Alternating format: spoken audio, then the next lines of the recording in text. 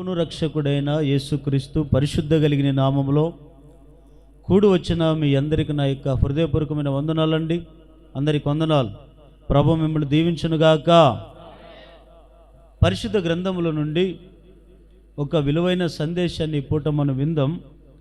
Bible తెచ్చిన వారు Bible తెరిచి 2వ దినవృత్తాంతాల గ్రంథము 29వ అధ్యాయం 31వ వచనం.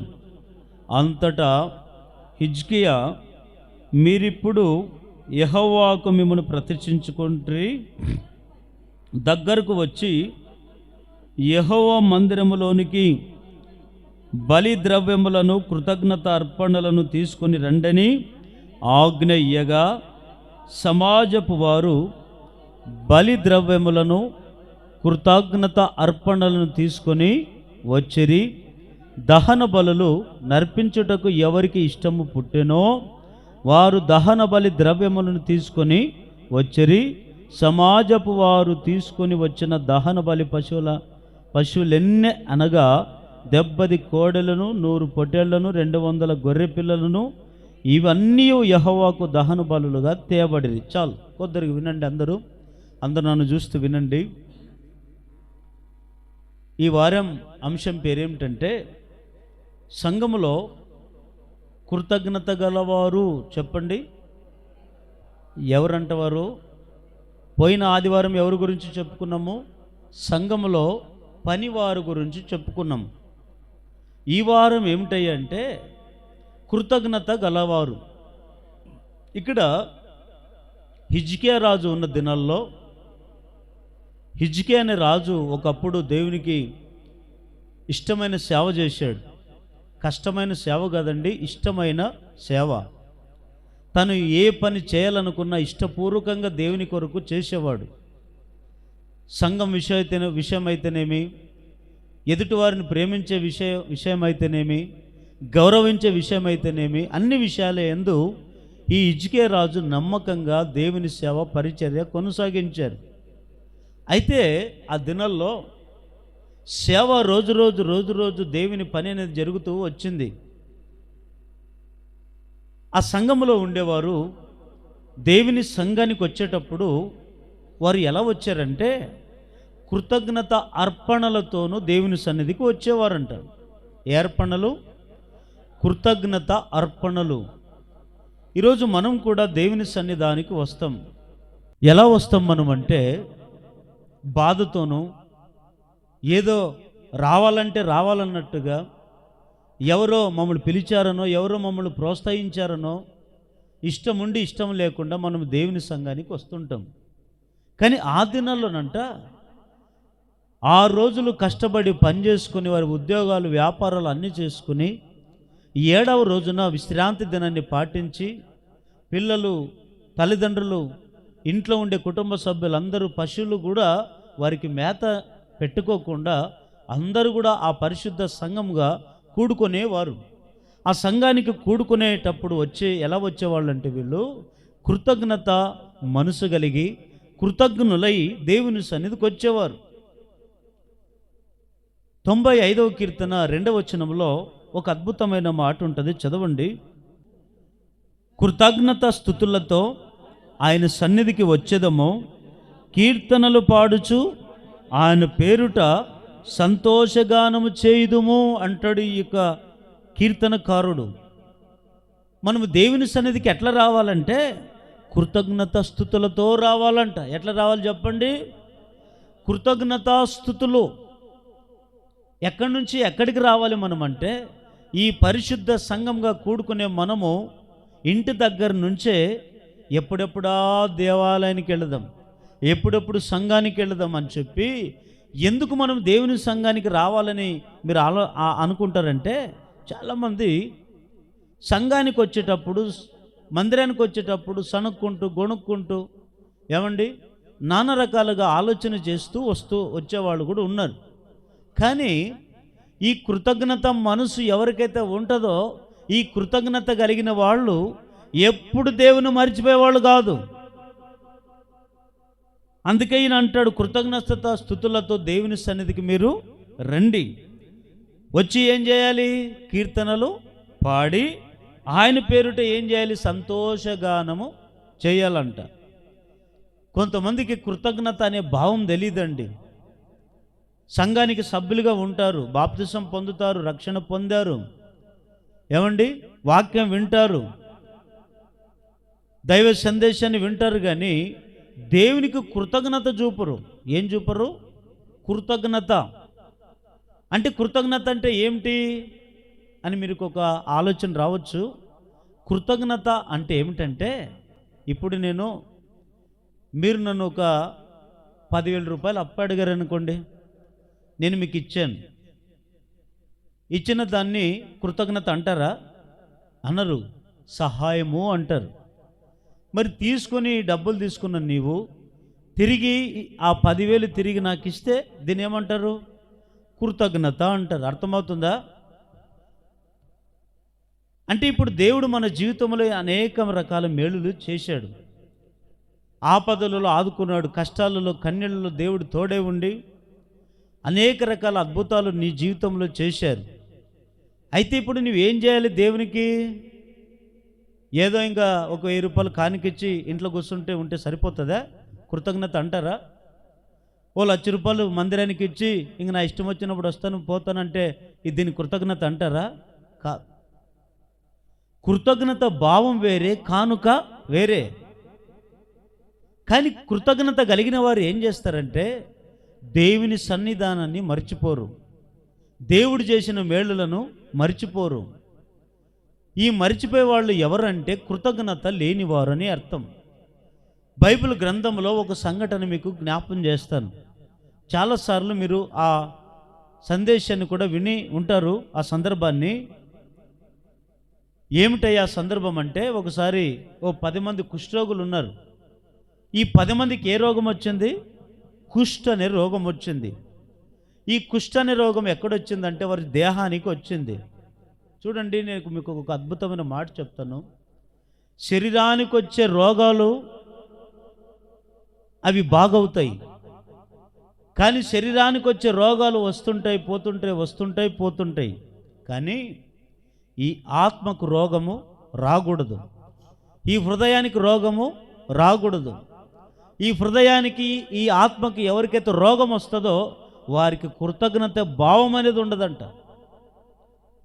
ఈ 10 మంది కుష్ఠరోగులకి రోగం వస్తే యేసుప్రభు వారి గ్రామంలో ఉన్నాడని తెలుసుకొని, యేసుప్రభు గ్రామంలో ఉన్నాడని తెలుసుకున్న వారు పరిగెత్తుకుంటూ యేసుప్రభు దగ్గరికి వచ్చారు. వచ్చి యేసుప్రభుకి ఎదురుపడ్డారు. ఈ 10 మంది ఎదురుపడి ఏం చేశారు తెలుసా? దావీదు కుమారుడా, మమ్మల్ని బాగు చేయి, ఈ కుష్ఠరోగం నుంచి మమ్మల్ని బాగు చేయమని వేడుకున్నారంట, కేకలు పెట్టి అరిచారంట. వెంటనే యేసుప్రభు వారు వారి కేకలు విని, వారు ఎప్పుడైతే ఆ కేకలు పెట్టి అరిచారో వెంటనే వారి దగ్గరికి వెళ్ళి అంటాడు ఒక మాట. ఏమంటాడు చదవండి. లూకా సువార్త 17వ అధ్యాయము 15వ వచనం. ప్రభువా, మమ్మును కరుణించమని కేకలు వేసిరి. ఆయన వారిని చూచి, మీరు వెళ్ళి మిమ్మును యాజకులకు కనబరుచుకొనుడని వారితో చెప్పెను. వారు వెళ్ళుచుండగా శుద్ధులైరి. వారిలో ఒకడు తనకు స్వస్థత కలుగుట చూచి గొప్ప శబ్దముతో దేవునిని మహింపరచుచు తిరిగి వచ్చి ఆయనకు కృతజ్ఞాస్తుతులు చెల్లించుచు ఆయన పాదముల యొద్ద సాగిలపడెను. వాడు సమరయుడు. అందుకు యేసు, 10 మంది శుద్ధులైన వారు కారా? ఆ 90 మంది ఎక్కడ?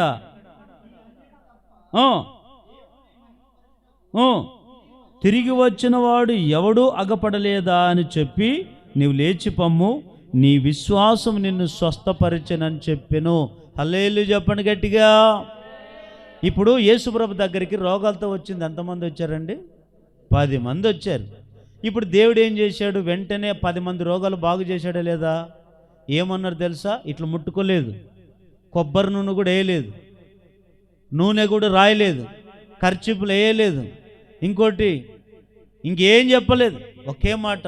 అందుకనే యేసుప్రభు మాట ఎట్లాంటిదంటే, నీ నోటి మాట మాత్రము సెలవిస్తే చాలు రోగులంతా కూడా బాగుపడతారు. అంతేగానా? దేవుని మాటకు శక్తి ఉందా లేదా? దేవుని వాక్యానికి శక్తి ఉందా లేదా? ఆ వాక్యమే నిన్ను స్వస్థపరుస్తుంది. కానీ నీకేముండాలంటే విశ్వాసం అనేది ఉండాలి. హల్లెలూయా చెప్పండి. ఈ వ్యక్తులు ఏం చేశారంటే ఈ 10 మందికి చెప్పాడు, ఒక మాట అన్నాడు, ఇదిగో మీరు వెళ్ళి మీ యాజకులకు మీ దేహములను కనబరుచుకునండి అన్నాడు. యాజకుడు అంటే ఎవరో తెలుసా? సేవకుడు అని అర్థం. యాజకులు అంటే ఎవరో తెలుసా? సేవకుడు అని అర్థం. ఇప్పుడు సేవకునికి చూపించమన్నాడు. బాగు చేసేది ఎవరు? దేవుడు. ప్రార్థించేది ఎవరు? మనం. అంతే. మనం ప్రార్థించే వాళ్ళమే కానీ బాగు చేసే శక్తి అందరికీ ఉండదండి. బాగు చేయాలంటే దేవుడే బాగు చేయాలి ప్రతి వ్యక్తిని. యాజకులకు మీ దేహాన్ని కనబరుచుకోమంటే వీళ్ళు వెళ్ళే లోపల వారికి ఉన్న రోగము బాగైపోయింది. ఏ రోగం బాగైపోయింది? కుష్ఠరోగం బాగైంది. కుష్ఠరోగం బాగైన తర్వాత ఇప్పుడు ఈ 10 మంది ఎక్కడికి రావాలి? ఇంటికి వెళ్ళాలా? యేసు ప్రభు దగ్గరికి రావాలా? దేవుని దగ్గర రావాలా వద్దా? ఎందుకు రావాలి దేవుని దగ్గరికి అంటే వారికి పొందుకున్న మేలులను బట్టి కృతజ్ఞత చెప్పడానికి ఎవరి దగ్గరికి రావాలి? దేవుని దగ్గరికి రావాలి. కానీ వీళ్ళు వచ్చారా? 9 మంది ఇంక మేము బాగపోయాం, మేము బాగయ్యాం, మా కుష్ఠరోగం బాగైందని చెప్పి ఇండ్లకు పోయారు, కానీ తిరిగి వచ్చారా? కానీ ఒక్కడంటండి, విచిత్రమైన మాట ఏమిటంటే ఆ 10 మందిలో ఒక్కడు సమరయుడు. సమరయుడు ఎవరు తెలుసా? ఒక పాపి గ్రహించుకున్నాడు తన మనసులో, నాకు కుష్ఠరోగం వచ్చినప్పుడు యేసుప్రభు దగ్గరికి వెళ్ళాను, ఆయన నన్ను బాగు చేశాడు కదా, నేను బాగుపడినది తిరిగి ఆయనకు కృతజ్ఞత చెప్పాలని తన మనసులో అనుకొని ఇంటికి వెళ్ళలేదంటండి. ఎక్కడికి వచ్చాడు? దేవుని దగ్గరికి వచ్చి ఏమన్నాడు తెలుసా? కృతజ్ఞతాస్తుతులతో ఏం చేశాడు? కృతజ్ఞత స్తుతులతో ఆయన పాదముల ఎద్దకు సాగిలా పడ్డాడంట. సాగిలపడి ఏం చేశాడు తెలుసా? ఆయన్ని మహింపరుస్తూ ఉన్నాడంటండి. అప్పుడు యేసు ప్రభు వారికి చాలా బాధ కలిగింది. ఏం బాధ కలిగింది తెలుసండి? అరే 10 మంది కుష్ఠరోగం వచ్చి 10 మందికి మీరు కుష్ఠరోగం వచ్చి నా దగ్గరికి వచ్చారు రోగాలతో, మరి 10 మంది బాగుపడ్డారు, మరి మిగిలిన 9 మంది ఎక్కడా? మిగిలిన 9 ఎక్కడా అని దేవుడే బాధతో అడిగాడు. అప్పుడు ఆయన సమరయుడు అంటాడు, అయ్యా వాళ్ళ గురించి నాకు తెలియదు, నేనైతే నీ దగ్గర స్వస్థత పొందుకున్నాను, నేనైతే నీ ద్వారా బాగుపడ్డాను, నేనైతే నీ ద్వారా మంచి ఆరోగ్యం వచ్చింది నాకు, అందుకే నీకు కృతజ్ఞత చెప్పడానికి నీ దగ్గరికి వచ్చాను అంటాడు. వెంటనే యేసుప్రభు అంటాడు, నీ విశ్వాసం నిన్ను స్వస్థపరిచను అని చెప్పి ఆయన బలపరిచినట్లుగా మనం చూస్తాం. ఈరోజు రోగాలు రోగాలు రోగాలు రోగాలు అని చెప్పి నువ్వు మనుషుల వైపు, డాక్టర్ల వైపు, వాళ్ళ వైపు, వీళ్ళ వైపు తిరుగుతున్నావు. కానీ ఒకళ్ళు డాక్టర్ల వైపు 24 గంటలు తిరిగి సరిపోతాయి, నీకు డబ్బు ఎక్కువ ఉంటుంది, వారికి రోగాలు తక్కువ ఉంటాయి, అంతే కదా. వారికి డబ్బు కావాలి, నీకేం కావాలి? మరి దేవుని సన్నిధికి వచ్చిన నీవు, సంఘానికి వచ్చిన నీవు కృతజ్ఞత స్తుతులు ఎందుకు చెల్లించట్లేదు? దేవుడు నిన్ను ఎంతో మేలులు చేశాడు, నీ రోగాలు బాగు చేశాడు, చెడిపోయిన నీ జీవితాన్ని బాగు చేసి తన సంఘములో దేవుడు నిన్ను నిలుపుకుంటే నీవేం చూపించట్లేదు? దేవునికి కృతజ్ఞత చూపించట్లేదు. ఈ 9 మంది కుష్ఠరోగులు తిరిగి దేవుని దగ్గరికి రాలేదు. మళ్ళా వారు పనుల కొరకు వారి ఇంటికి వెళ్ళిపోయారు, కానీ తిరిగి కృతజ్ఞత స్తుతులు చెల్లించడానికి రాలేదండి. కానీ ఈరోజు చాలామంది సంఘంలో కూడా రోగాలు బాగు కావాలంటారు, మేము బాగుపడాలంటారు, అందరికంటే గొప్పలుగా ఉండాలనుకుంటారు, అందరికంటే మేము బాగుండాలనుకుంటారు. కానీ దేవుడు ఎన్ని మేలులు చేసినా నువ్వు కృతజ్ఞత కలిగి జీవిస్తున్నావా? సంఘంలో కృతజ్ఞత కలిగి జీవిస్తున్నావా? కృతజ్ఞత మరిచిపోయి బ్రతుకుతున్నావా? ఒకసారి మనం ఆలోచన చేద్దాం. కానీ సంఘంలో కృతజ్ఞత లేనివారుగా ఉండకూడదు. మరి ఏమై ఉండాలి? మనకు కృతజ్ఞత కలిగి దేవుని స్తుతించి ఆరాధించి చూడు, మరింతగా నీ జీవితంలో దేవుడు గొప్ప కార్యాలు జరిగించునుగాక. రోమిలకు రాసిన పత్రిక 1వ అధ్యాయం 21వ వచనం చదవండి. మరియు వారు దేవుని ఎరిగియు ఆయనను దేవునిగా మహిమపరచలేదు, కృతజ్ఞతాస్తుతులు చెల్లింపలేదు కానీ తమ వాదముల యందు వ్యర్థులైపోయిరి. చూడండి, కొంతమంది దేవుడు ఎన్ని మేలులు చేసినా, ఎన్ని అద్భుతాలు చేసినా ఏం చెల్లించట్లేదంట దేవునికి. చెప్పండి, ఏం చెల్లించట్లేదంట? కృతజ్ఞత చెల్లించట్లేదంట. ఈ కృతజ్ఞస్థుతులు చెల్లించట్లేదంట దేవునికి. కృతజ్ఞత కలిగిన వారు సంఘములో ఎట్లుంటారంటే, నీవు సంఘములో ఉన్న, ఇంట్లో ఉన్న, బయట ఉన్న, ఎక్కడున్నా, ఒకవేళ ఇంట్లోనే ఉన్నావు అనుకోండి, రోజు పొద్దున్నే లేచి, ప్రభువా నాకు ఆరోగ్యం ఇచ్చావు, ప్రభువా నాకు తినడానికి ఏమిచ్చావు, ఆహారం ఇచ్చావు, దేవా కట్టుకోవడానికి ఏమిచ్చావు. ఒకసారి లోకములో ఉండి అడుక్కు తినే వాళ్ళని చూడండి, ఒకసారి మనములు చూసుకోండి. లోకంలో కొంతమందికి అనాథలను చూడండి, ఒకసారి మనల్ని చూసుకోండి. ఎందుకు ఈ మాట చెప్తున్నానంటే, వారు ఎంతో బాధతో, దిగులుతో, ఎంతో వారికి తిండి లేక ఎన్నో కష్టాలు నష్టాలు పడి రోడ్ల మీద ఉంటున్నారు. ఈరోజు నీకు ఆ పరిస్థితి లేదు కదా, ఈరోజు నీకు ఆ స్థితి దేవుడు రానియలేదు కదా. మరి దానికని నువ్వు కృతజ్ఞతలు చెల్లిస్తున్నావా? ఒకసారి చూడండి, లోకంలో ఉన్న వారిని ఒకసారి మనల్ని చూసుకోండి. దేవుడు ఎన్నో మేలులు చేశాడు, ఎన్నో అద్భుతాలు చేశాడు మన జీవితంలో. కానీ నువ్వు కృతజ్ఞత అనేది మర్చిపోయి నువ్వు బ్రతకగలిగితే దేవుడు మరలా నీ జీవితంలో ఏం చేస్తాడంటే, 2వ తిమోతికి రాసిన పత్రిక 3వ అధ్యాయం 1వ వచనం, దినములలో అపాయకరమైన కాలములు వచ్చునని తెలుసుకునండి. ఎలాగనగా మనుషులు ఎట్లాంటి వాళ్ళంట, స్వార్థప్రియులు. అంటే ఈ కాలం ఎట్లాంటిదంటే, ఈ అంత్య దినాల్లో ఈ కాలం ఎట్లయిపోతున్నారు మనుషులు తెలుసా? మనుషుల్లో ఏం పెరిగింది? స్వార్థం పెరిగింది. ఇంకా ఏం పెరిగింది? ఇంకా ధనాపిచ్చి, డబ్బు డబ్బు డబ్బు. చర్చి లేదు, మందిరం లేదు, దేవుడు లేదు, బైబుల్ లేదు, ఇంకేం ప్రార్థన లేదు. డబ్బు పిచ్చి పట్టింది కొంతమందికి. ఇంకా కొంతమంది బింకంలో ఆడుతుంటారు ఎప్పుడు దేవునికి ఇచ్చే విషయంలో. ఆఖరికి ఎందుకంటే కనీసం దేవునికంటే ఇల్లేదనుకో, కనీసం నీ పిల్లలకైనా, నీ కుటుంబానికైనా. కొంతమంది బింకములు ఆడేవాళ్ళు ఉంటారు. ఇంకా ఎవరంట ఈ కాలంలో ఇంకా ఎట్లయిపోతున్నారు మనుషులు?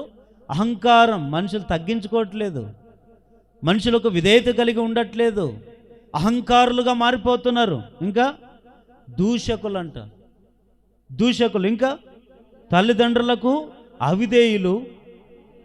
ఎవరంట? కృతజ్ఞత లేని వాళ్ళు. ఈ కాలం ఎట్లయిపోయిందో తెలుసండి? ఈ కాలం ఎట్లయిపోయిందో తెలుసండి? కృతజ్ఞత లేని కాలం ఇది. దేవుడు మన మీద ఇంత కృప చూపితే, ఈ కాలంలో కృపకాలముగా దేవుడు మనకు నియమించి మనం అందరి మీద కృప చూపుతూ ఉంటే, ఏమండి, కృప చూపుతూ ఉంటే మనం ఏం చూపుతున్నాం దేవునికి? ఏం చూపుతున్నామండి? ద్వేషం, స్వార్థం, అసూయ, ధనాపేక్ష, పోకిరి మాటలు, ఇవన్నీ కూడా దేవుని మీద మనం చూపుతున్నామండి. ఈ కాలం ఎట్లాంటిదంటే, కొంతమంది అంటుంటారు కదా, కాలం అప్పుడులాగా, కాలం ఎప్పుడు ఒకే రకంగా ఉంటుంది, కానీ మనుషులే ఏముండదు. కాలం ఎప్పుడు ఒకే రకంగా ఉంటుంది, కానీ మనుషుల్లోనే ఏం కలుగుతుందంటే స్వార్థం కలుగుతుంది. మనుషులను ఏం కలుగుతుందంటే ధనాపేక్ష కలుగుతుంది. మనుషుల్లో ఏం కలుగుతుందంటే బింకములు ఆడుతుంటారు, స్వార్థాలు పెరుగుతున్నాయి, కృతజ్ఞత లేని వారిగా మారిపోతున్నారు. అవును కదా, నా జీవితంలో ఒకప్పుడు చెడిపోయి పడిపోయిన నా జీవితంలో దేవుడు ఎన్ని మేలులు చేశాడు కదా, మరి నేను కృతజ్ఞత చూపాలి కదా దేవునికనే విశ్వాసం మనుషుల్లో కర్రవైపోయింది. అందుకే పౌలు గారు అంటున్నాడు తిమోతికి రాస్తూ పత్రికలో, తిమోతి, అంత్య దినములందు అపాయకరమైన కాలములు వచ్చునని నువ్వు తెలుసుకో. మనుషులు ఒకే రకంగా ఉండరు, ఒకే ప్రేమ ఉండదు, జాలి కనికరం అనేది ఉండదు, ఒకే మాట మీద ఉండరు. మాట తప్పేవాళ్ళు, స్వార్థప్రియులు, ఇట్లాంటి వాళ్ళందరూ కూడా ఎక్కువైపోతారు. అందుకే నువ్వు జాగ్రత్త కలిగి ఉండు అని పౌలు గారు తిమోతిని ముందుగానే హెచ్చరించాడండి, కాలం రాకముందే. కానీ ఇదే వాక్యం ఇప్పుడు మనల్ని కూడా హెచ్చరిస్తుంది. అందుకే ఈరోజు నువ్వు కృతజ్ఞత కలిగి సంఘంలో ఉన్నావా, లేదా కృతజ్ఞత లేని వారిగా మనము ఉన్నామా? ఒకసారి మనం ఆలోచన చేసుకుందాం. ఈ కృతజ్ఞత లేని వారికి దేవుడు ఏం చేస్తాడంటే, లూకా సువార్త 6వ అధ్యాయం 35వ వచనం, మీరైతే ఎట్టి వారిని గురిచైనను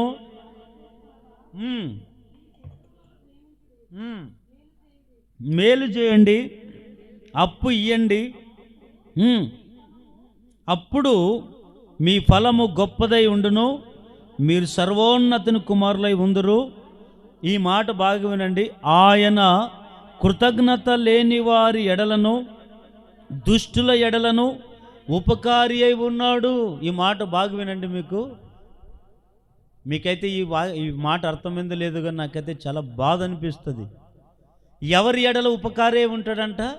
కృతజ్ఞత లేని వారి ఎడల ఏం చూపుతాడంట ఆయన? ఉపకారి అంటే నిన్ను కృతజ్ఞత లేని వారిగా మనం బ్రతికితే మన మీద ఉపకారం తీర్చుకోబోతున్నాడు ఒకరోజు. అందుకే కొంతమంది కృతజ్ఞత లేని వారికి ఏం చేస్తాడంటే మరలా వాళ్ళని శ్రమల్లో పెడతాడు, మరలా రోగాలు పుట్టిస్తాడు, మరలా వారిని జీవితంలో శోధన కొలంలో పడేస్తాడు. అందుకే కృతజ్ఞత కలిగి ఉండండి. కృతజ్ఞత లేని వారి ఎడల దేవుడు ఉపకారే ఉన్నాడు, ఉపకారం తీర్చుకోబోతున్నాడు ఆయన. అందుకే మనము సంఘములు ఎట్లుండాలంటే చెప్పండి, ఎట్లుండాలి? కృతజ్ఞత లేని వారిగా ఉండాలా? కృతజ్ఞత కలిగి మనం ఉండాలా? కృతజ్ఞత కలిగి మనం ఉండాలి. ఎందుకు మనకు కృతజ్ఞత కలిగి ఉండాలంటే దేవుడు మనకు ఆరోగ్యం ఇచ్చాడు, ఆయుష్నిచ్చాడు, ఎందరికో లేని భాగ్యాన్ని దేవుడు మనకు ఇచ్చాడు, ఎవరికో లేని ఆరోగ్యం మనకి ఇచ్చాడు. ఎంతోమంది లోకంలో సమాధానం లేకుండా బ్రతుకుతున్నారు, భార్య భర్తల్లో నెమ్మది లేకుండా బ్రతుకుతున్నారు, కుటుంబంలో నానా రకాల గొడవలతో నానా రకాల సమస్యలతో నలిగి గోజాడిపోతున్నారు. ఈరోజు మనకు ఆ సమాధానం ఉంది. అసమాధానం లేకుండా సమాధానంతో మనం ఉన్నాం. మనం ఎంత ధన్యులం, మనం ఎంత అదృష్టవంతులం కదండి. అందుకు మనం దేవునికి ఏం చూపించాలండి? కృతజ్ఞత మనం చూపించాలి. గట్టిగా వెళ్ళి చెప్పండి. అయితే కృతజ్ఞత కలిగిన వారు ఎలా ఉంటారు? 3 విషయాలు చెప్పి నేను ముగిస్తాను. మొదటి మాట చదవండి, 69వ కీర్తన 30వ వచనం. కీర్తనలతో నేను దేవుని నామమును స్తుతించెదను, కృతజ్ఞత స్తుతులతో నేను ఆయనను గణపరచెదను. గట్టిగా హల్లెలూయా. సంఘములో కృతజ్ఞత కలిగిన వారు ఏం చేస్తారంటే, ఈ కృతజ్ఞత కలిగిన వారు ఎలా ఉంటారంటే, ఒకటి దేవుని గణపరుస్తారంట. ఈరోజు దేవుని గణపరిచే వాళ్ళు లేరు సంఘములో. ఎవరు గణపరిచేవారు ఉన్నారు?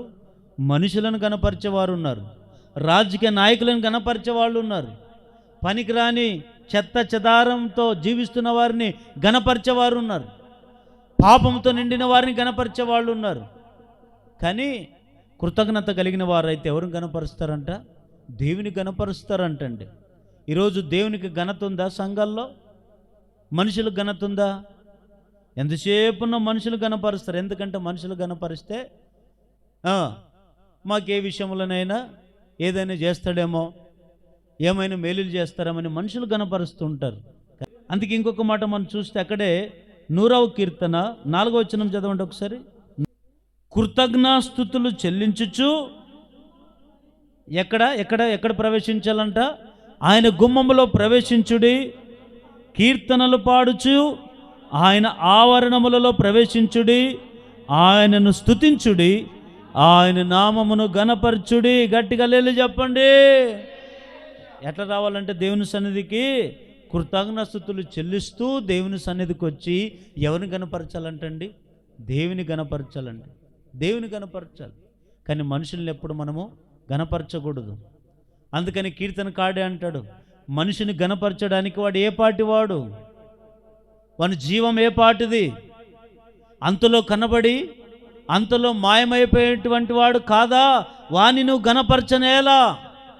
నిన్ను పుట్టించిన నీ దేవుని గణపరచు, నీకు ఆరోగ్యం ఇచ్చిన నీ దేవుని గణపరచు, నిన్ను కాపాడుతున్న నీ తండ్రిని గణపరచు.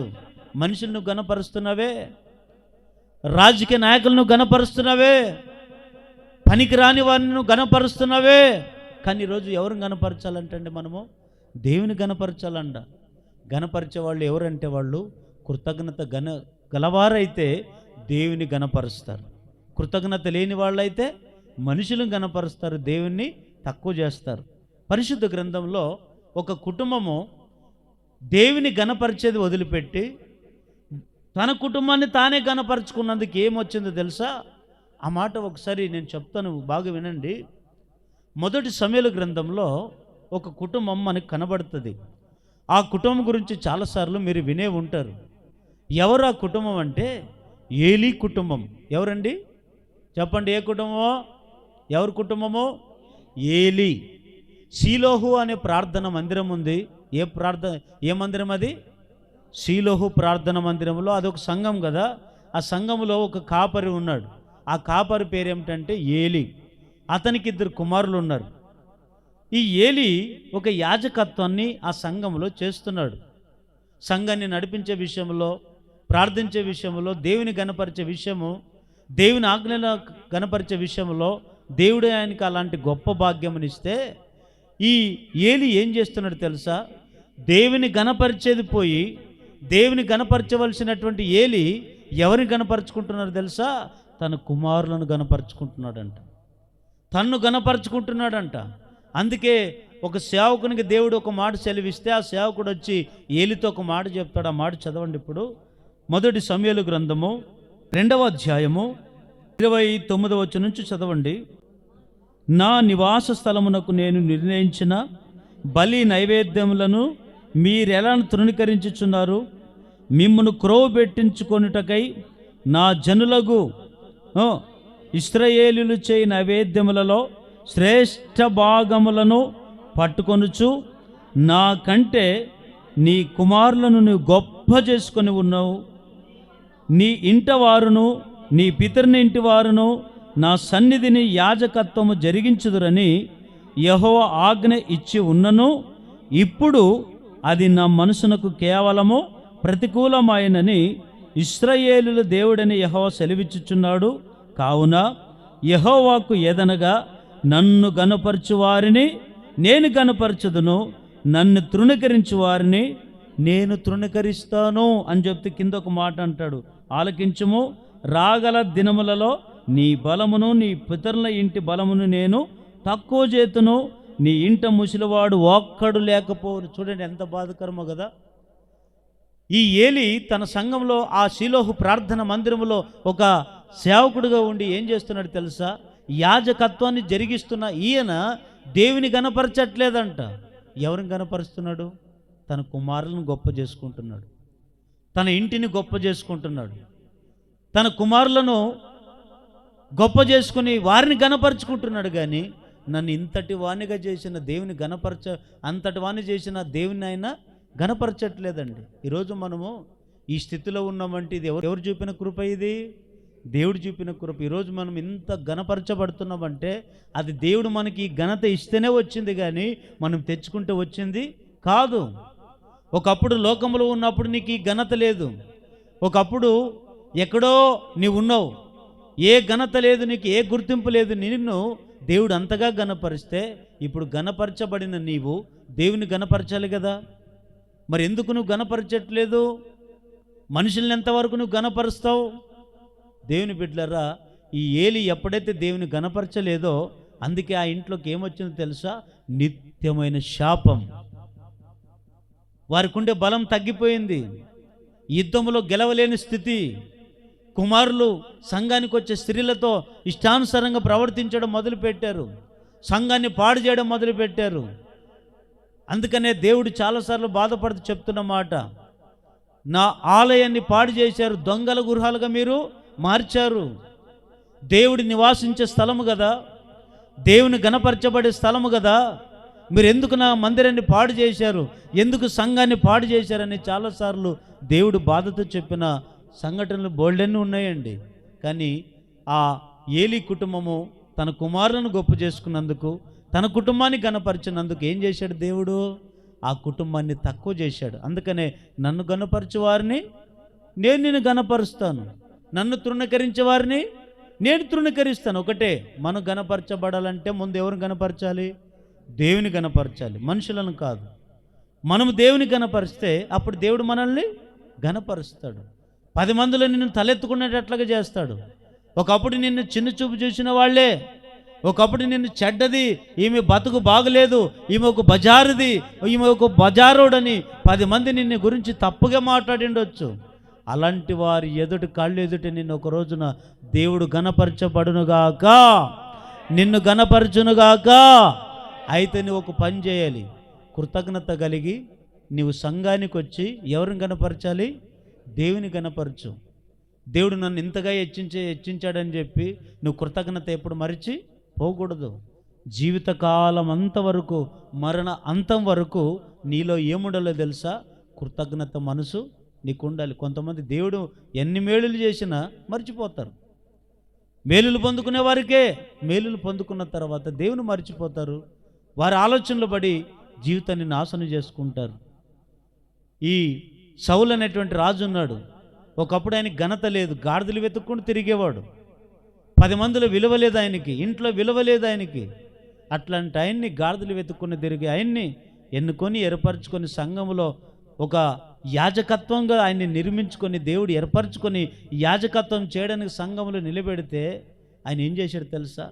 దేవుని గణపరిచినంత గణపరిచి, ఆకలితో ఉన్నప్పుడు దేవుడు అంతగా గణపరిచాడు. కానీ ఎప్పుడైతే కొద్దిగా దేవుడు ఆయన్ని ఆశీర్వదించాడో వెంటనే కృతజ్ఞత చెప్పడము సౌలు మర్చిపోయాడు. దేవుని స్తుతించడం మర్చిపోయాడు, దేవుని గణపరచడం మర్చిపోయాడు. అందుకే ఆయన రాజ్యము శాశ్వతంగా నిలబడలేదు. కొన్ని నాళ్లే బాగున్నాడు, కానీ తర్వాత తన జీవితము, తను చచ్చిపోతే ఏమండి, ఇప్పుడు చచ్చిపోతే ఎవరైనా 10 మంది వెళతారు. ఆయన చచ్చిపోతే మరణాన్ని మోసుకుపోయి సమాధి చేసేవాళ్ళు లేరంట. ఈరోజు కూడా మంచోళ్ళు అయితే 10 మంది వెళ్ళి ఏడుస్తారు, 10 మందిని వెళ్ళి శవాన్ని మోసుకుంటారు, 10 మంది వెళ్ళి ఆయన్ని పాతిపెట్టి సమాధి చేసి, అదే దుష్టుడికి బతికడనుకోండి, చచ్చిపోయిన వారి దగ్గరికి వెళ్తారా? కనీసం దేహాన్ని ముట్టుకోవడానికి కూడా కొంతమంది ఇష్టపడరు. కానీ దేవుని బిడ్డలారా, మనల్ని ఎప్పుడు గణపరచుకోకుండా, ఏమండి, మనుషులు మనం గణపరచుకోకుండా సంఘంలో కృతజ్ఞత గలవారై మనం ఎవరు గణపరచాలి? దేవుని గణపరచుదముగాక. కృతజ్ఞత కలిగిన వాళ్ళు మొదటికి ఏం చేస్తారు? దేవుణ్ణి గణపరుస్తారు. రెండో మాట ఏమిటంటే 75వ కీర్తన మొదటి వచనం, దేవా మేము నీకు కృతజ్ఞాస్తుతులు చెల్లించుచున్నాము, నీవు సమీపముగా ఉన్నావని కృతజ్ఞాస్తుతులు చెల్లించుచున్నాము, నరులు నీ ఆశ్చర్య కార్యములను వివరించుదురుగాక. అందరు 2 చేతులు ఎత్తి గట్టిగా లేలు అని చెప్పండి. ఇంకోసారి చెప్పండి గట్టిగా. రెండవదిగా ఈ కృతజ్ఞత కలిగిన వారు ఏం చేస్తారంటే దేవుని కార్యములను వివరిస్తారంట. ఏం చేస్తారు చెప్పండి, అందరి మాట పెద్దగా చెప్పండి. దేవుని కార్యములను వివరిస్తారని చెప్పండి. దేవుని కార్యములు అంటే చాలామందికి ఒకళ్ళు తెలిసి ఉండొచ్చు, తెలియకపోవచ్చు. నేను చెప్తాను వినండి.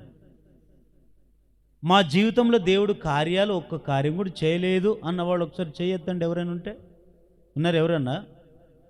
ప్రతి ఒక్కరికి ఏదో ఒక కార్యం జరిగించాడు. అది రోగాలు బాగు చేసినా మేలు చేసి ఉంటాడు, నీకు ఈ ఇబ్బందులు ఉన్నప్పుడైనా ఆదుకుని ఉంటాడు, అప్పుల సమస్యతో ఉన్నప్పుడైనా దేవుడు నీకు సహాయం చేసి ఉంటాడు. అన్ని విషయాల్లో దేవుడు గొప్ప గొప్ప కార్యాలు నువ్వు కళ్ళతో చూసావు. బైబిల్ ఒక మాట ఉంటుంది, దేవుని కార్యాలు కొన్నిసార్లు కంటికి కనపడవు, చెవికి వినపడవు, హృదయానికి గోచరం కావని. దేవుడు చేసే ప్రతి కార్యాన్ని నీవు నేను చాలాసార్లు పొందుకొని ఉన్నాం. కానీ ఆ కార్యాలు రుచి చూసిన నీవు ఇప్పుడు నువ్వేం చేయాలి? నువ్వు పొందుకున్న మేలులను, నువ్వు పొందుకున్న ఆ కార్యములను గురించి నువ్వేం చేయాలి? వివరించాలి. కృతజ్ఞత కలిగి వివరించాలి. వివరించడం అంటే ఇప్పుడు అక్క సాక్ష్యం చెప్పారు కదా, ఏమని? దేవుడు నాకు మాటలు రాకపోతే మాటలు ఇచ్చాడని జానని చెప్పాడు.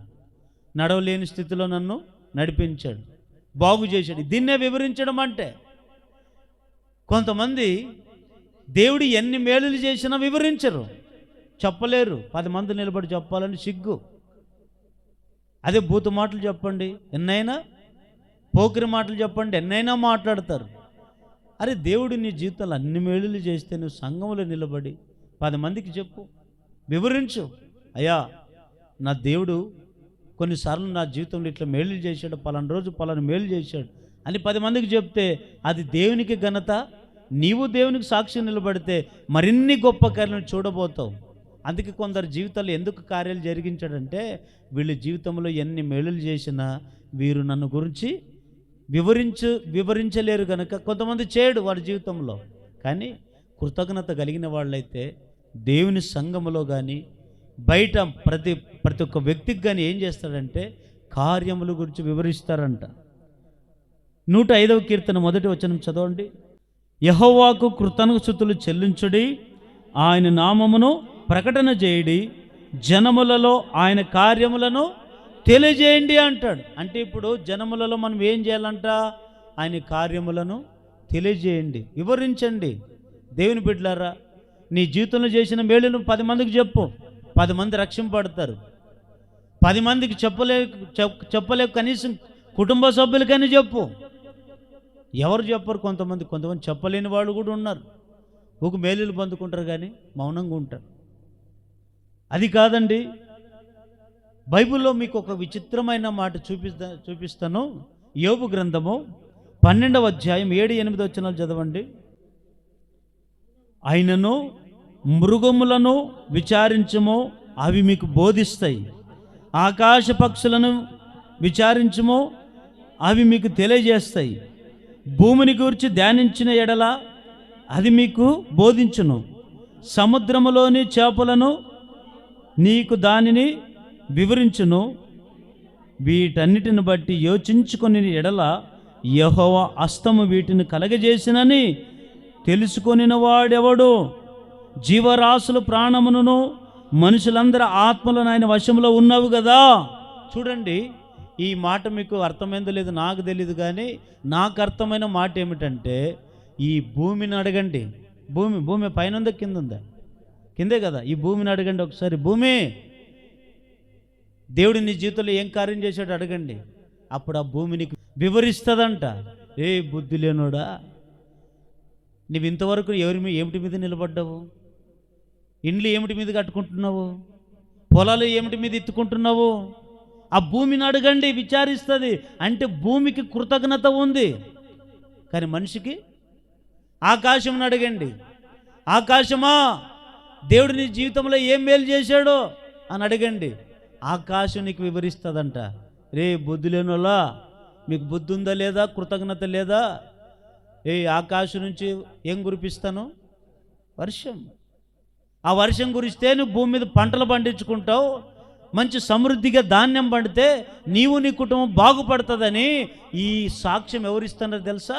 ఆకాశం ఇస్తుంది. అందుకే ప్రభు అంటాడు కదా, ఆకాశము నా సింహాసనము, భూమి పాదపీఠం అండి. ఆకాశము దేవుని సింహాసనము, భూమి దేవుని పాదపీఠము. వీటిని అడగండి. ఆకాశం అడిగితే ఆకాశం వివరిస్తుంది, భూమిని అడిగితే భూమిని వివరిస్తుంది. ఇంకా అక్కడ మృగములను అడగండి, మృగాలు కూడా వివరిస్తాయంట. అందుకని ప్రభు అంటాడు కదా, ఆకాశ పక్షులను చూడడి, అవిత్తవు, కోయవు, కొట్లల్లో కూర్చుకునవు, వాటికంటే మీరు శ్రేష్టమైన వాళ్ళు కాదా అంటాడు. ప్రకృతిని మనం ఏమిటైనా చూడండి, అవన్నీ కూడా దేవుని కృతజ్ఞతలు చెల్లిస్తాయంట. ఒకసారి మీరు బాగా గమనించండి. సూర్యుడు ఎన్ని గంటలకు ఉదయిస్తాడు చెప్పండి? ఎన్ని గంటలకు ఉదయిస్తాడు? ఎందుకు భూమి మీద ఉన్నారు లేదా మీరు? 6 గంటలకల్లా ఉదయిస్తాడా? ఏ దిక్కు ఉదయిస్తాడు? తూర్పు ఎక్కడుంది చెప్పండి? తూర్పు ఎక్కడుంది? ఇక్కడ. పడమర ఎక్కడుంది? ఇట్లానండి. ఓకే, తూర్పు ఎక్కడుంది? అందరి చేతులు చెప్పండి. తూర్పు ఎక్కడుంది? పడమర ఎక్కడుంది? ఉత్తరం ఎక్కడుంది? దక్షిణము కదా. ఈ కొద్దిగా మీరు బాగా వినండి. సూర్యుడిని ఎవరైనా లేపుతారా? లే సూర్యుడా, లే, మాకు మబ్బు ఉంది, లే, చీకటి ఉంది, లే, ఉదయించు అంటారు ఎవరైనా? చంద్రుడిని ఎవరైనా లేపుతారా? చంద్రుడా, 15 రోజులకు ఒకసారి కదా నువ్వు వచ్చేది, లే అంటారు ఎవరైనా? ఆకాశ నక్షత్రాలకు ఎవరైనా చెప్తారా? కానీ ఒక్కసారే వీటిని దేవుడు సృజించాడు, మళ్ళా సృజించలేదు. ఆకాశం కలుగునుగా కంటే ఆకాశం వచ్చింది, భూమి కలుగునుగా కంటే భూమి పుట్టింది. ఆకాశ నక్షత్రాలు కలుగునుగా కంటే 6 రోజులు ఒక్కొక్క దినం ఒక్కొక్కటి సృజించాడు దేవుడు. కానీ ఒక్కసారి సృజింపబడిన ఆకాశంను అడగండి, ఒక్కసారి సృజింపబడిన భూమిని అడగండి, ఒక్కసారి సృజింపబడిన సూర్య చంద్రుల నక్షత్రాలను మీరు అడగండి. అవి మీకు బోధిస్తాయి. మనుషుడా, దేవునికి కృతజ్ఞత చూపమని అవి నీకు బోధిస్తాయి. ఎందుకో తెలుసా? అవి దేవునికి కృతజ్ఞత కలిగి ఉన్నాయి, కృతజ్ఞత చెల్లిస్తున్నాయి దేవునికి. అందుకే సూర్యుడు దేవుడు చెప్పకపోయినా ఒకే మాట ఒక్కసారి చెప్పాడు, 16 సార్లు చెప్పాడు దేవుడు. సూర్యునికి ఒకసారి చెప్పాడు, చంద్రునికి ఒకసారి చెప్పాడు, ఆకాశ నక్షత్రాలకు ఒకసారి చెప్పాడు, భూమి ఆకాశం సమస్తానికి మృగములకు అన్నిటికీ ఒకేసారి చెప్పాడు. 16 సార్లు చెప్పేదంత ఎవరికి? 16 సార్లు కాదు, ఇంక ఎన్నిసార్లు చెప్పినా ఇంకా అంతే.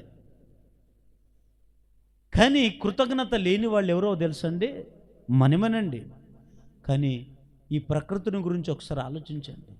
ఎంత కృతజ్ఞత కలిగి జీవిస్తే తెలుసా?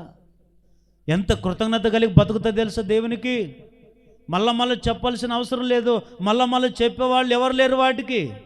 అదంతకదే ఉదయం సూర్యుడు ఉదయిస్తాడు, సాయంత్రం 6 గంటలు వచ్చేసరికి అస్తమిస్తాడు, 15 రోజులకు ఒక్కసారికి వచ్చేసరికి చంద్రుడు ఉదయిస్తాడు. ఆకాశ నక్షత్రాలు చూడండి, మేము చిన్నగా ఉన్నప్పుడు బాగా మంచం మీద పండుకొని పైన చూసేవాళ్ళం. పైన ఇట్లా పైన ఏం కనపడుతుంది? ఆకాశం కనపడుతుంది లేదా?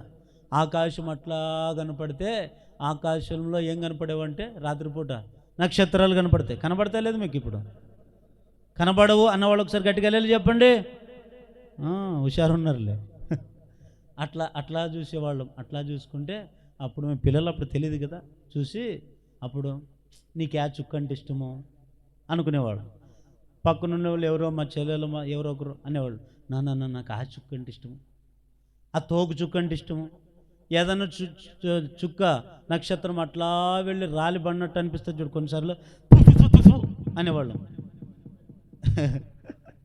ఇప్పుడు కూడా కొంతమంది మూడు నమ్మకాలు కదా, కొద్దిగా ఆకాశ నక్షత్రం వేదన పడితే ఇంకా అయిపోయి నిలబడి ఫూ ఫూ ఫూ అని 3 సార్లు వంశీ ఎవరో చచ్చిపోయింటారు ఈరోజు.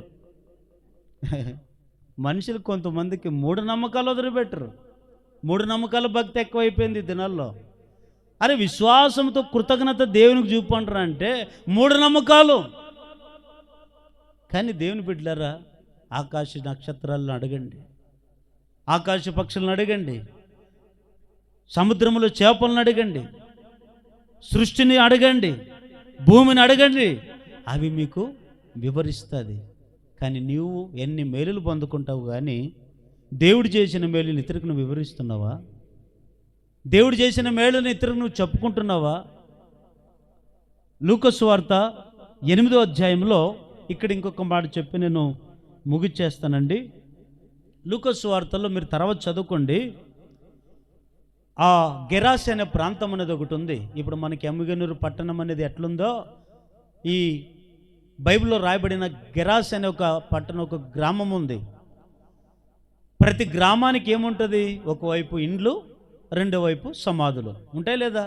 ఏ గ్రామానికైనా వెళ్ళండి, ఏ ప్రపంచానికి వెళ్ళండి, మీరు ఏ దేశానికైనా వెళ్ళండి, కొన్ని చోట్ల ఇండ్లకు దూరంగా సమాధులు ఉన్నాయి లేదా? ఉన్నాయి. కానీ ఈ గెరాస్ అనే ప్రాంతంలో ఒక ఆయనకి దయ్యాలు పట్టాయి. ఏం పట్టాయండి? దయ్యాలు.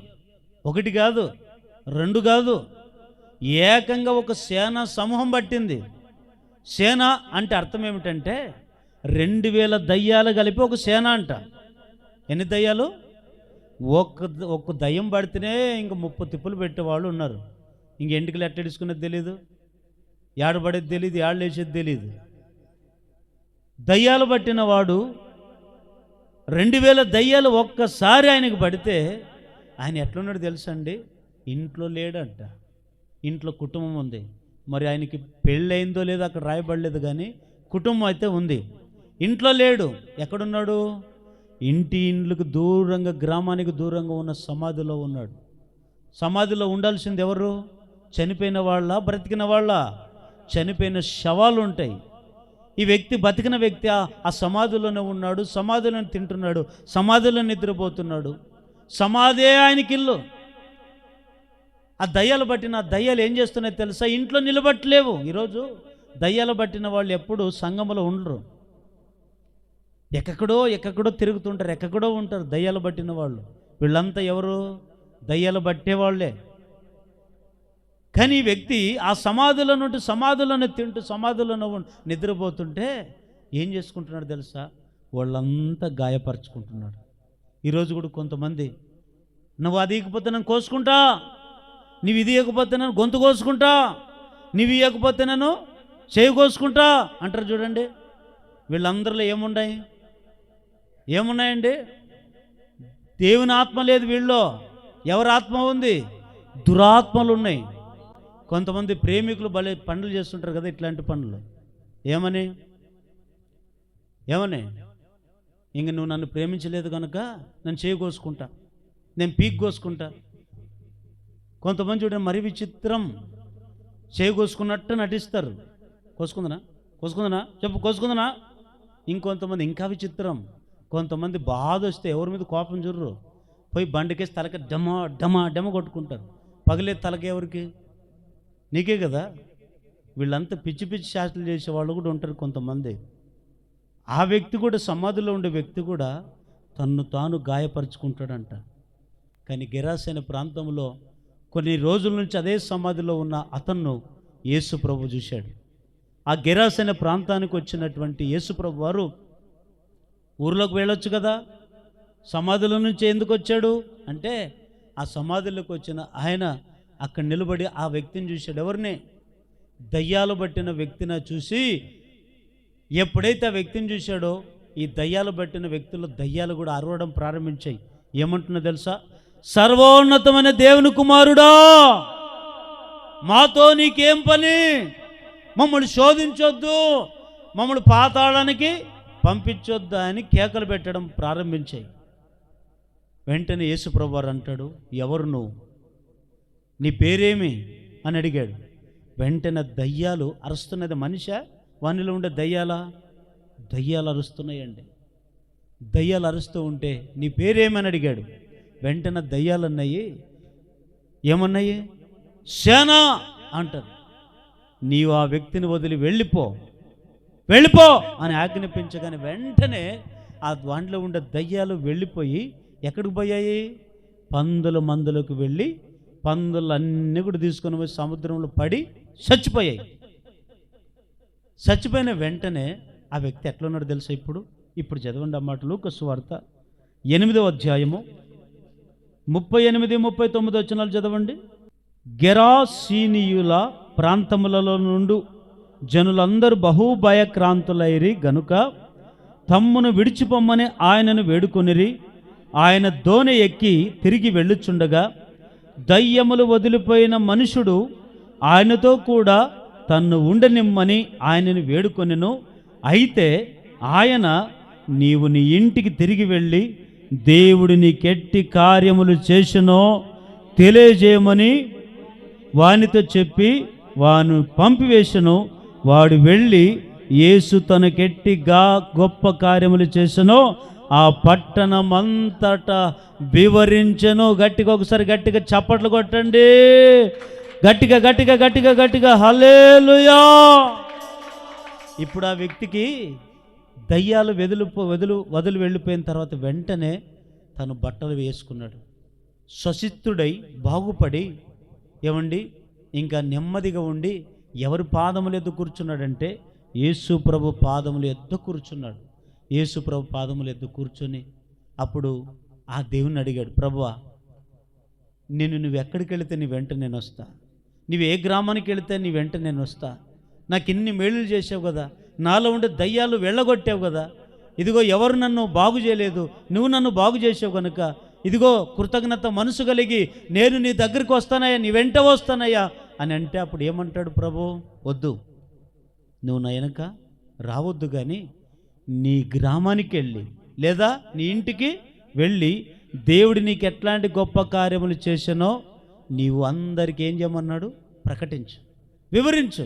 వెంటనే దయ్యం పట్టిన వాడు బాగుపడిన తర్వాత కృతజ్ఞత మనసు కలిగి కృతజ్ఞతుడై ఎక్కడికి వచ్చాడు? ఇంటికి వచ్చి దేవుడు చేసిన మేలులన్నీ ఎవరికి చెప్తున్నాడు? పట్టణం అంతా చెప్తున్నాడు. దీన్ని ఏమంటారంటే కృతజ్ఞత. ఈరోజు నువ్వు చెప్తున్నావా? పలానా సంఘానికి వెళుతున్నాం, మా జీవితాలు బాగుపడ్డాయి, పలానా సేవకుని దగ్గరికి వెళుతున్నాం, చక్కటి వాక్యాలు సందేశాన్ని మేము వింటున్నాం, మా జీవితాలు మార్చుకుంటూ నువ్వు చెప్తున్నావా? ఈరోజు సాక్ష్యాలు చెప్పమంటే కొంతమంది మాకు రోగాలు బాగాయి, ఎవరేమనుకోద్దండి, క్యాజువల్గా మనమే కాబట్టి చెప్తున్నాను. మాకు రోగాలు బాగయ్యాయి, మాకు అవు బాగాయి అని చెప్తున్నారు. కానీ మేము పలానా రోజు వాక్యం విన్నాం, మా జీవితాన్ని మార్చుకున్నామని చెప్పే సాక్ష్యాలు ఉన్నారా? మేము పలానా వాక్యం విన్నాము, మా జీవితాన్ని మార్చుకున్నాము, మా పరిస్థితులు మేము మార్చుకున్నాము, మా బతుకులు మేము మార్చుకున్నామని ఇట్లాంటి సాక్ష్యం చెప్పేవాళ్ళు లేరు సంఘాల్లో. ఎంతసేపున మాకు తలకాయ నొప్పి వచ్చింది, దేవుడు బాగు చేశాడు, దేవునికి స్తోత్రం. ఎంతసేపున కడుపు నొప్పి వచ్చింది, దేవుడు బాగు చేశాడు, దేవునికి.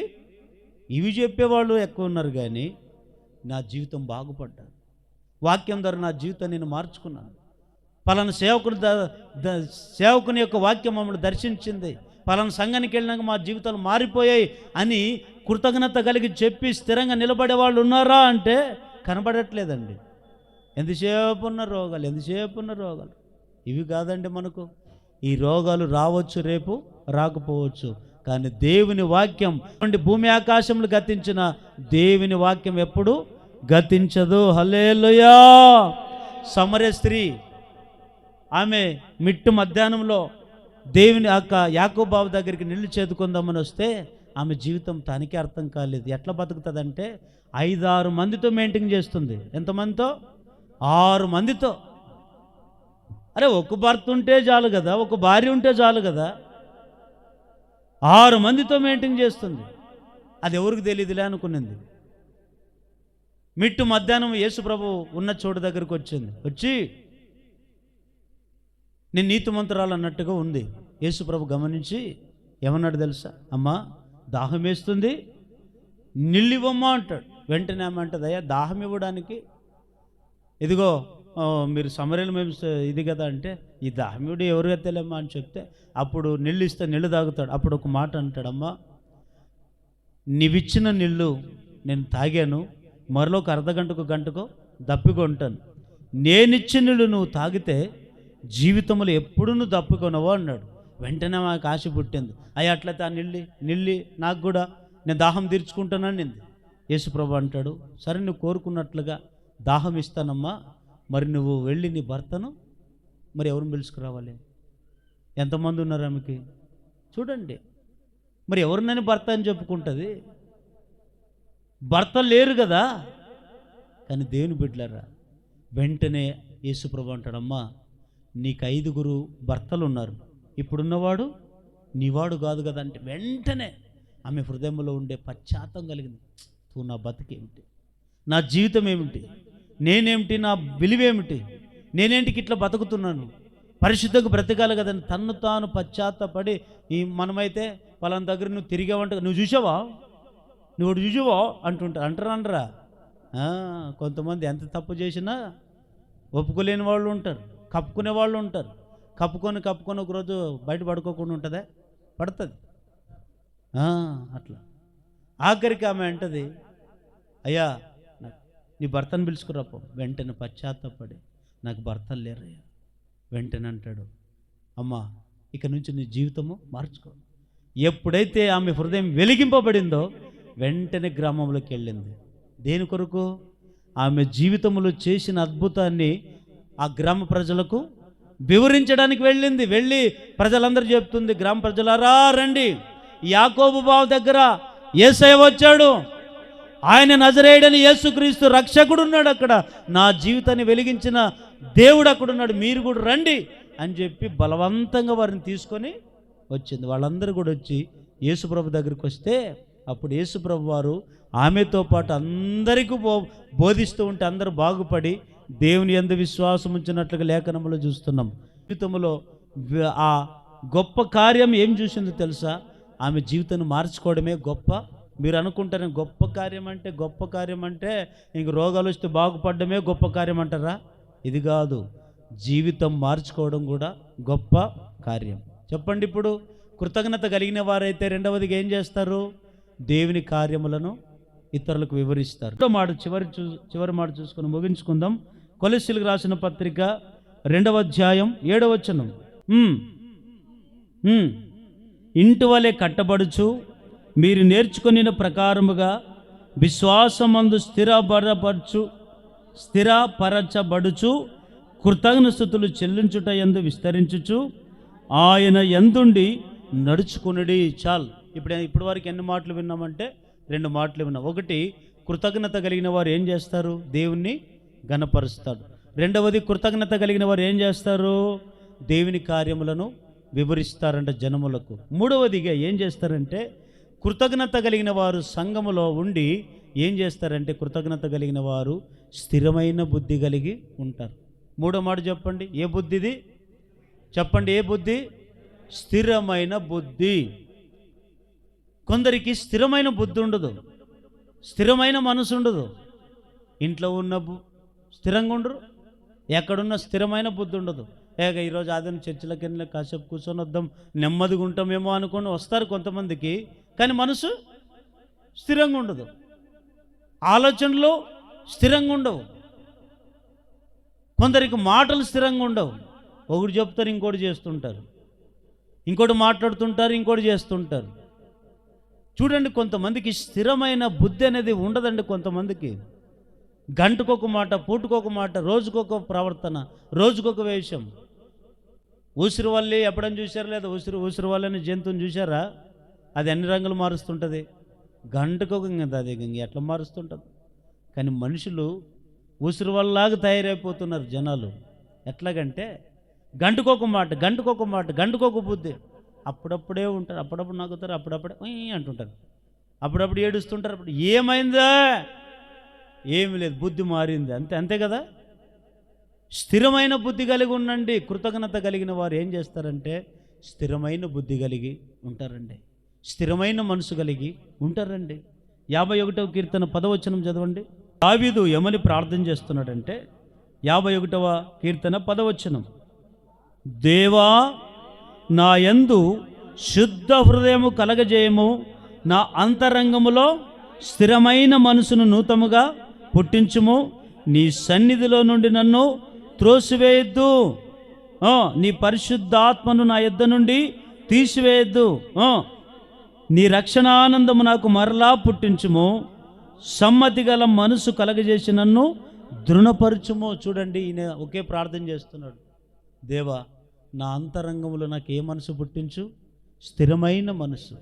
ప్రభువా నా అంతరంగంలో నాకు స్థిరమైన బుద్ధి నాకు పుట్టించయ్యా.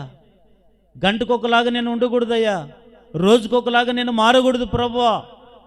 ఏ ఆలోచన కలిగి ఉన్నానో అదే ఆలోచన కలిగి జీవితాంతం నడుచుకునేటట్లుగా కృప చూపయ్యా. నీ పరిశుద్ధాత్మ నాకు దూరం చేయొద్దు, నీ సన్నిధుల నుండి నన్ను త్రోసివేయొద్దు, చంచలమైన మనసు నాలో పుట్టించొద్దు, నాకు స్థిరమైన మనసు ఇవ్వయ్యా, స్థిరమైన బుద్ధి. ఈరోజు ఇట్లా ప్రార్థన చేస్తున్నారా? ఇట్లా చేయరు. దేవా మాకేమి ఇస్తావు, ఎంత ఇచ్చావు, మాకు ఇంకా ఆస్తులు, మాకు అంత ఆస్తులు, మాకు ఉద్యోగాలు, మాకు వ్యాపారం. ఇదే పొద్దున్న లేచిన నేల నుంచి రాత్రి వరకు ఇదే ప్రార్థన. కానీ ఇవి కదండి, ఇవి నువ్వు ప్రార్థన చేసినా ఇవి నీకు వస్తాయి, ప్రార్థన చేయకపోయినా నీకు వస్తాయి. కానీ వచ్చేవాడుగండి, దేవుడు ఇచ్చేవాడుగండి. అప్పుడు దేవుడు మీ జీవితంలో ఇస్తాడు, అప్పుడు దేవుడు మీ జీవితంలో అనుగ్రహిస్తాడు. స్థిరమైన బుద్ధిని అడగండి. సొలొమోను ఒకటే ప్రార్థన చేశాడు, దేవా వెండి బంగారంలో నాకు ఇయ్యొద్దు, ఆస్తులు అంతస్తులు నాకు ఇయ్యొద్దు. మరి ఏమి ఇవ్వాలి సొలొమోను నీకని దేవుడు అడిగితే సొలొమోను ఒకటే అడిగాడు దేవుణ్ణి, దేవా ఈ జనములకు నన్ను ప్రతిగా నియమించావు, జనములకు అధిపతిగా నువ్వు నన్ను నియమించావు, ఈ జనములకు న్యాయం తీర్చడానికి రాజుగా నియమించావు, ఈ జనములకు న్యాయం తీర్చడానికి మంచి చెడ్డల తెలివిని నాకు ఇవ్వు, ఏది మంచో ఏది చెడో వివరించే శక్తిని, ఆ జ్ఞానాన్ని నాకు ఇవ్వు అని అడిగాడు. వెంటనే దేవుడు ఏం చేశాడు తెలుసా? అడగకపోయినా అడిగినవి ఇచ్చాడు, అడగకపోయిన సిరి సంపదలు కూడా ఇచ్చాడా లేదా? ఇచ్చాడు లేదండి, ఇచ్చాడు. మీరు ఎప్పుడు అడిగినవి అడగొద్దండి, ఏం కావాలో అవే అడగండి, అవి ఇస్తాడు. వాటితో పాటు నువ్వు అడగనివి కూడా దేవుడు ఇస్తాడు. అందుకని వాక్యం అంటుంది, అడిగిన దానికంటే ఊహించిన దానికంటే అత్యధికమైన గొప్ప కార్యాలు చేస్తాడు. ఈ సొలొమోను కూడా అట్లాగే అడిగాడండి. కానీ మనం అడిగేది ఎంత తెలుసా? ఒకవేళ నీకు స్థిరమైన బుద్ధి లేకపోతే, స్థిరమైన మనసు లేకపోతే దేవుణ్ణి అడగండి, దేవా సంఘానికి వస్తున్నాను కానీ నాకు నెమ్మది లేదయ్యా, పాటలు పాడుతున్నాను కానీ నాకు సమాధానము లేదయ్యా, నా మనసు చంచలమైన మనసు ప్రభువా, చంచలమైన మనసు, స్థిరం లేని మనసు నాయన, ఈ స్థిరమైన బుద్ధి ఇవ్వండి అయ్యా, స్థిరమైన మనసునివ్వండి అయ్యా. ఒక మాట చెప్తే మీరు భలే నవ్వుతారండి.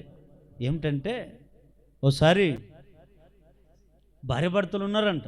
భార్య భర్తల్లో ఈ భర్త పని చేయడు, పాడు చేయడంట. ఫ్రీగా వచ్చే దాని మీద ఎప్పుడు ఈయన ఆలోచనలో ఫ్రీగా వచ్చే దాంట్లో.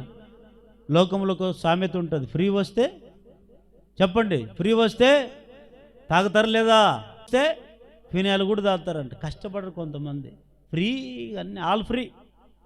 ఆ భర్త కూడా పని లేడంట, పాడు చేయడంట. ప్రతిదానికి లాటరీ పెడతాడంట, ప్రతిదానికి లాటరీ. ఒకసారి ఇంకా అంతకంటే ముందు ఏం చేశాడంటేనా, బట్టల షాపులోకి పని చేయడానికి ఎక్కాడంట. ఏ షాపులో? బట్టల షాపులోకి ఎక్కి అక్కడ కొన్నాళ్ళు పని చేశాడంట. ఒక నెల 2 నెలలు పని చేస్తే ఆ సంఘ సేవకుడు వెళ్ళి చూస్తే ఆయన ఉన్నాడంట. ఏంటి తమ్ముడు, ఎన్ని రోజులైంది నువ్వు పనికి ఎక్కి? అన్నా 2 నెలలు అయిందన్నా పనికి ఎక్కి. ఎంత ఇస్తారన్న తమ్ముడు జీతం అంటే? అన్నా ఏం లేదన్నా 6,000 ఇస్తారన్నా అన్నాడంట. సర్లే, సరే నాయన బాగు చేసుకో, ఇక్కడే ఇదే పని గట్టిగా చేసుకొని జీవితాంతం ఉండని చెప్పి వెళ్ళిపోయాడంట. మళ్ళీ ఒక 3 నెలల తర్వాత సేవకుడు వెళ్ళి చూస్తే అక్కడ లేడంట. ఇంకెక్కడికి వెళ్ళాడంటే మోర్ షాప్, అది సరుకులు అమ్ముతారు కదా, ఆ సరుకుల షాపులో ఉన్నాడంట. ఆటికేం పేస్ట్లు, బూస్ట్లు అవేం తీసుకురొద్దామని ఆటికి వెళ్తే అన్న ప్రైజ్లరన్నా అన్నాడంట. ఈ సేవకుడు, ఇరే ఏమి ఇక్కడ ఉన్నాను సూపర్ మార్కెట్లో, ఏ ఆడుంటే బట్టల షాపులో అంటే? లేదన్నా 6,000 ఏం సరిపోతుందన్నా, మాకు ఉండేది 4 కదన్నా, ఏం సరిపోతుందన్నా. సరే బాబు మీరు ఇంకా ఆడన్నా, మరి ఈడెంత ఇస్తారు? ఈడు 7,000 ఇస్తారన్నా. మరి ఈడైనా స్థిరంగా చేసుకోరా, ఈడైనా బాగుండరు, ఈడైనా మంచిగా చేసుకో అని చెప్పాడంట. అన్నా నా ప్రాణం పోయినా ఈ సూపర్ మార్కెట్ వదిలిపెట్టినన్నా అన్నాడంట. సరే ఇదే బుద్ధి బాగా పెట్టుకుని ఆయన అని చెప్పి వెళ్ళిపోయాడంట. ఇంకొక 6 నెలల తర్వాత ఆ సూపర్ మార్కెట్ కొనడానికి మనోడు ఉన్నాడు కదా, కొద్దిగా వెళ్ళి కొనుక్కొద్దామని వెళ్ళాడంట. అక్కడ లేడంట. Mechanic shop దూరినాడంట. ఇంకోసారి మూడోసారి ఈయన ఏం చేశాడంటే, బండి రిపేర్ చేసుకుందామని ఒక మెకానిక్ షాప్కి వెళ్తే ఆడున్నాడంట. అన్నా ప్రైజ్లారన్నా. ఒరే బట్టల షాప్ ఏమైంది, మోర్ షాప్ ఇదే సరుకుల షాప్ ఏమైంది అంటే, అన్న బట్టల షాప్కి వెళ్ళి 2 నెలలు చేసినా ఆడ కలిసి రాలేదన్నా. ఇంకే షాపు? సూపర్ మార్కెట్కి వెళ్ళి పని చేసినా ఏం కలిసి రాలేదన్నా. అందుకే ఈ మెకానిక్ పని చేసుకుంటే జీవితాంతము కష్టపడవచ్చు కదన్నా. వాళ్ళకింది వీళ్ళకింది ఏమన్నా పని చేసేది, మనమే సొంతం పని చేసుకొని నేర్చుకొని జీవితాంతం చేసి ఎంత బాగుంటుందన్నా. అప్పుడప్పుడు నీ బండికి రిపేర్ చేయొచ్చు కదన్నా. సరేలేరు ఆయన ఇట్లానే చేసుకోరా. ఇట్లా ఆడొక 2 నెలలు 3 నెలలు చేశాడంట, వదిలిపెట్టేశాడంట. ఓసారి ఈ సేవకుని భార్య ఇంటికి వెళ్ళారంట. విజిటింగ్కి వెళితే భార్య ఉందంట. గేట్ల నుంచి సేవకుడు వచ్చాడని భార్య సామాన్లు దిక్కుంటుంటే చూసింది. సేవకుని భార్య చూసి అన్నోళ్ళు వచ్చారు అనిందంట. లోపల ఉన్న భర్త పారిపోయాడంట బయటికి. ఇంటి వెనక దాచుకున్నాడంట. ఇంకా వెళ్ళి ఆడిపోతే అమ్మ ప్రైజ్లరన్నా బాగున్నారా వచ్చాను ఇంట్లో. ఏమన్నా ఒకటే ఉన్నాం, మీ ఆయన లేడా అన్నా. ఇప్పుడు ఏం చెప్పాలి భార్యకి ఏం చెప్పాడు? నేను కూడా ఉండనని చెప్తే నీ కథ ఉంటుంది తర్వాత అని చెప్పాడు. వెళ్ళి ఆడున్నాడు. ఇప్పుడు ఉండాడని చెప్తే తర్వాత భర్తది అంటాడు, లేడని చెప్తే సేవకులకి ఏం చెప్పినట్టు కదా. భార్యకు వచ్చింది అంతా, ఇంకేం చెప్పాలి తెలియకనా. నాకేం తెలుదన్నా, నువ్వు నన్ను ఏం అడగొద్దన్నా, నువ్వు మా ఇంటి వెనక్కి పోయి చూస్తే ఒక అద్భుతం చూస్తావన్నా నిందట.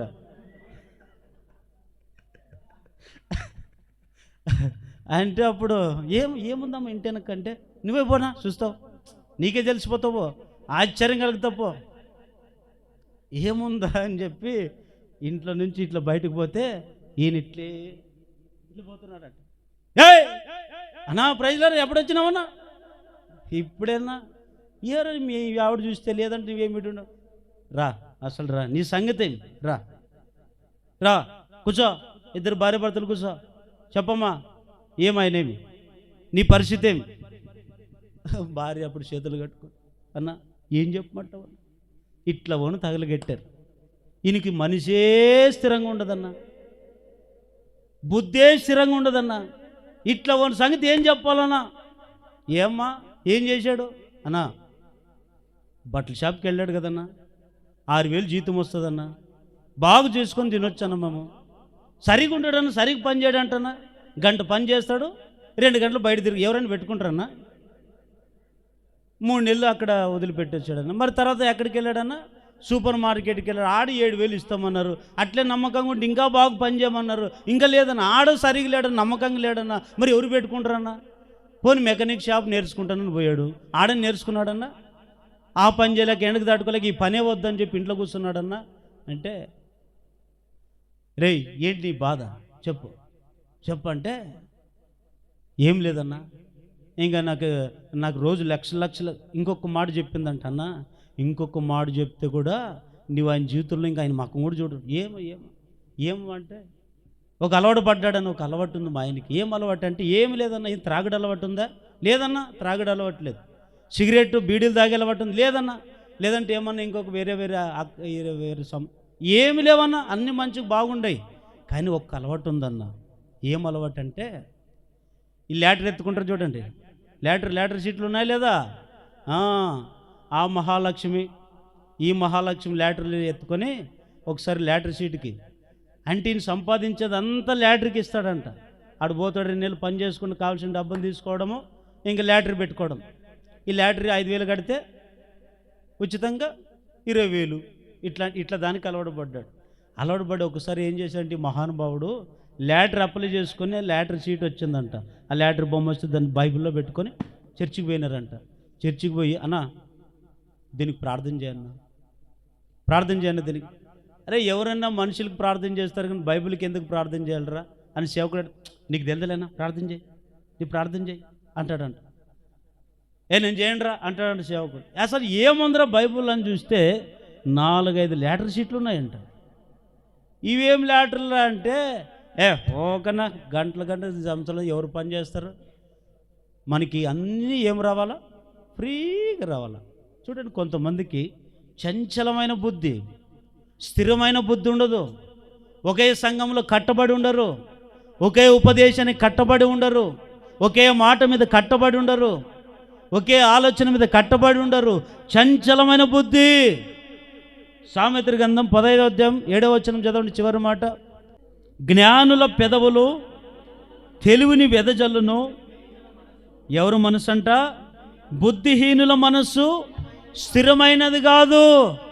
ఈరోజు నీ బుద్ధి స్థిరమైనదా? నీ మనసు నీకు స్థిరమైందా? ఒకసారి ఆలోచించండి. మనసు స్థిరంగా లేకపోతే నీవు ఎంత పని చేసినా నీకు నెమ్మది లేదు. బుద్ధి స్థిరంగా లేకపోతే నీకు దేవుడు ఎంత ప్రార్థన చేసినా నువ్వు స్వస్థత పొందుకోలేవు. అందుకే దేవుని బిడ్డలారా, నీ మనసు స్థిరంగా పెట్టుకోండి. కృతజ్ఞత కలిగిన వారు ఏం చేస్తారంటే స్థిరమైన బుద్ధి కలిగి ఉంటారు. చెప్పండి, సంఘంలో ఎవరు ఉండాలంట? కృతజ్ఞత కలిగిన వారు ఉండాలి. చెప్పండి, ఎవరు ఉండాలి సంఘంలో? కృతజ్ఞత కలిగిన వారు ఉండాలి. ఈ కృతజ్ఞత కలిగిన వారు ఏం చేస్తారు? 1 దేవుణ్ణి ఘనపరుస్తారు. 2వది కృతజ్ఞత కలిగిన వారు ఏం చేస్తారు? దేవుని కార్యములను జనములకు వివరిస్తారు. 3వది కృతజ్ఞత కలిగిన వారు మనసు స్థిరంగా ఉంటారు. ఒకే సంఘములో కట్టబడి, ఒకే ఉపదేశానికి కట్టబడి, దేవునిలో స్థిరమైన విశ్వాసం కలిగి నిలిచి ఉంటారు. కానీ చంచలమైన మనసు కానీ చంచలమైన బుద్ధి కానీ ఉండదు. ఒకే మాట మీద, ఒకే ప్రార్థన మీద, ఒకే బాట మీద వారు అందరూ కూడా నిలిచి ఉంటారు. వారినే అంటారు కృతజ్ఞత కలిగిన వారు. హల్లెలూయా. దేవుడు మనందరి మనసును దేవుడు స్థిరపరచునుగాక. కృతజ్ఞత లేని వారిని దేవుడు కృతజ్ఞత కలిగిన వారిగా మార్చునుగాక. అందరి